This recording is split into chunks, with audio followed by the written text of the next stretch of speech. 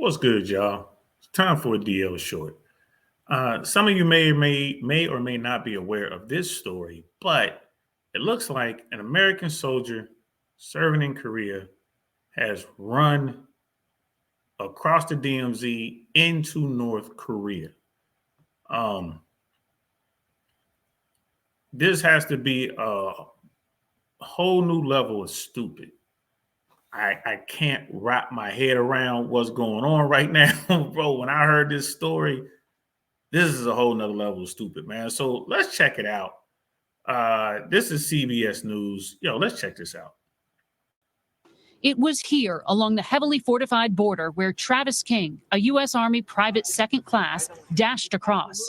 A witness told CBS that King suddenly yelled out, ran in between two buildings, and then into North Korea. Defense Secretary Lloyd Austin. So you got a soldier, you got a young soldier, right? E2. Apparently, he got himself into some local trouble and was in a South Korean detention facility. At least that's how they worded it. He probably got locked up, probably went somewhere, got drunk, or went somewhere, got into some trouble. The South Korean local police probably got a hold of him, locked him up. Once they let him out, apparently they were taking him to the airport where he was gonna be shipped back to the States, and he was gonna have to face the music there for whatever it is he did. Right, that was going on, and he decided instead of going back to the States, he got on a bus that was a tour to the DMZ. Went to the DMZ with this tour group, was on the tour, and then ran across the DMZ. Let's continue. Service members who was on a tour willfully and without authorization crossed the military demarcation line. We believe that he is in the BRK custody. A week prior, King had been released from a detention facility in South Korea. He was escorted to the airport outside Seoul to fly back to Fort Bliss, Texas. But instead of boarding the plane, he got on a tour bus to the DMZ. The safety and security. So, and then they go into a bunch of talk about his safety and security and negotiating to get him back. I say leave his dumb ass over there. Let him sit over there for the next 15 to 20 years so he can think about what he did, right? Let the North Koreans deal with him. I was in North Korea in 1993, and I served over there. I remember the first thing that they taught us when we got in country in South Korea, like when I might have spoke to you guys. I said North Korea. I meant South Korea. When I was stationed in South Korea, right? They taught us about the North Koreans. They told us a story about a young lieutenant who was tasked to go and chop down a tree or remove a tree trunk or something like that near the DMZ, like somewhere in the DMZ or something like that. He went up there with a small squad, and this American service member was deleted by the North Koreans with the very axe that he was going to use to cut down this tree. Now, America didn't take that sitting on their hands.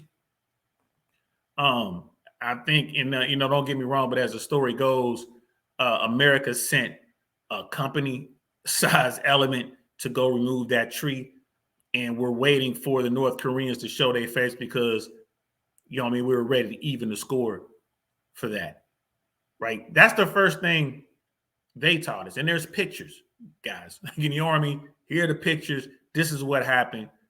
This is who y'all dealing with on the other side of that line up there. These are the people that are north of the DMZ. So I'm pretty sure they still tell that story. For some young soldier who gets himself in trouble, doesn't want to come home to America to face the music, decides that it'll be better for him to run into North Korea, that dude is special kind of dumb. That's the kind of dumb that he needs to go and stay over there in North Korea. I wouldn't even make a phone call. I wouldn't care. If the North Koreans called me, I'm like, man, y'all can have dude. For real. I can't wait to see his face. I can't wait till they show his face. I want to see what stupid looks like in 2023. This is look, airborne guys, man. We have zero sympathy for legs, especially if they stupid. That is a dummy. You know, don't say those things. His family, man, y'all raised an idiot. Point blank, period. That's my take on it. Now, I'm sure there's going to be the tinfoil hat clan out there that's going to say, well, maybe he's a North Korean spy and he's been a spy and he was embedded with the U.S. Army and he was spying on Americans while he was living in America. And that was his opportunity to get back to North Korea. No, no. But hey, never say never, I guess. I wouldn't even report on this story anymore. If I were in charge, I'd be like, dude's gone. That's it.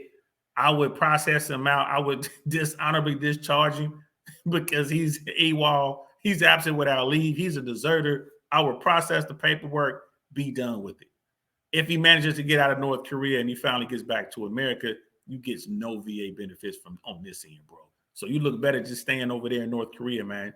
A place that has no lights at night, no food, no nothing. Go on and stay over there, man. Maybe you can talk your way into something. You know what I mean? Maybe, maybe the North Koreans will make you a general or something. What a story. So, hey, y'all, I'm going to link in the description the CBS News video here if you guys want to watch it for yourself. But yeah, some dumb ran into North Korea. You know what I mean? We're never going to see him again. End of statement. And if we do see him again, it's going to be years and years from now. I wouldn't lift a finger. Let him stay over there and eat stale rice and fish heads for the next 15, 20 years. Let me know what y'all think in the comments. Am I being too harsh? No, I'm not being too harsh. Airborne. There's an airborne word out there, baby. And we don't tolerate stupid. I'm DL Saint. I'll talk to y'all later. Peace.